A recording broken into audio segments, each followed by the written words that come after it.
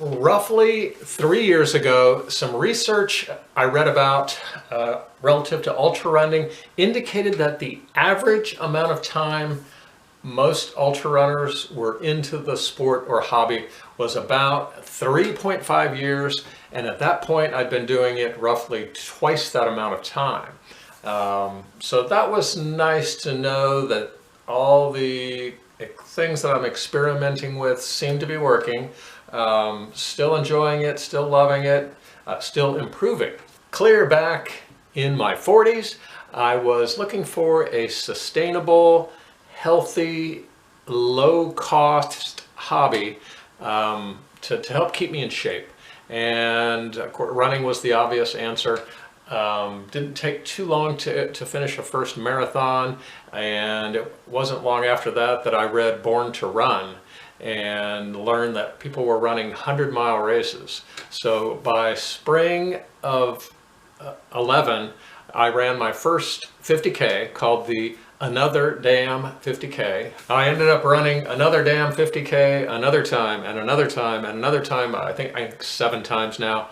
And on ultrasignups, I'm showing, I believe, 41 50Ks. So far I've never DNF'd or did not finish a 50K, and lately I've been noticing on ultrasignups a good number of my 50Ks are not even showing up there.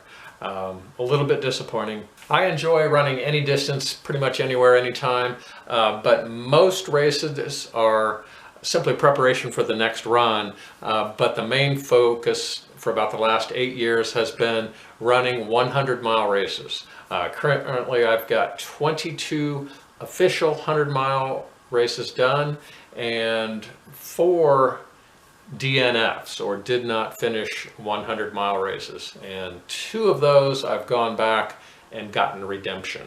I remember pretty clearly at one of those first few Another Damn 50Ks, I was running as usual in a pair of sandals, and a veteran ultra runner said, "Wow, that's a real leap of faith." Taking up ultra running as a 100% plant-powered, nutritionally runner in always minimalist shoes, typically sandals with no socks, those were leaps of faith based on a good amount of research and experimentation. It was not just a random guess. I pretty much knew it could work. It was simply a matter of proving that I could do it. I would love to be one of those runners in their 80s that can still do at least a 50K. What's been interesting is, well, a lot of things have been interesting, but one of the goals that I've had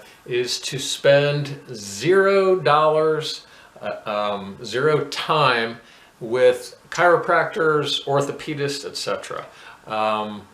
I've had no running injuries in more than 10 years that required that effort. And if I'm not spending time and significant amounts of money on injuries, that means I can run even more races. Of the 75 races showing on ultrasignups for me, 4 of those were 100-mile races that were DNFs, did not finishes. However, I do count those because I went at least 60 miles for those. One of them was almost 99 miles. So that's a lot of running, a lot of races. The good news is I have not gotten bored. One of my goals has become to have as many hours of runner's high over a lifetime as possible.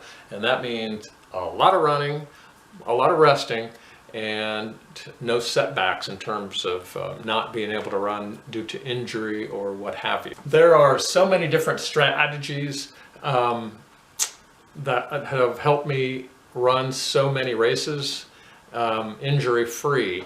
So do feel free to watch every single one of my videos multiple times. Share them with your family, friends, and even people you don't know, because a lot of the whys and how-tos are in that content. One of the cool things about ultra running is ultrasignups.com. They generally track almost every ultramarathon that any individual signs up for, and I am at 76 races showing, although Potawatomi 100 has not happened yet, so 75. I've tried to take 3 trail races off this list that were only a half marathon. Not sure how they got on here, but anyways, that's a lot of races for somebody who's been at this for 10, 11 years.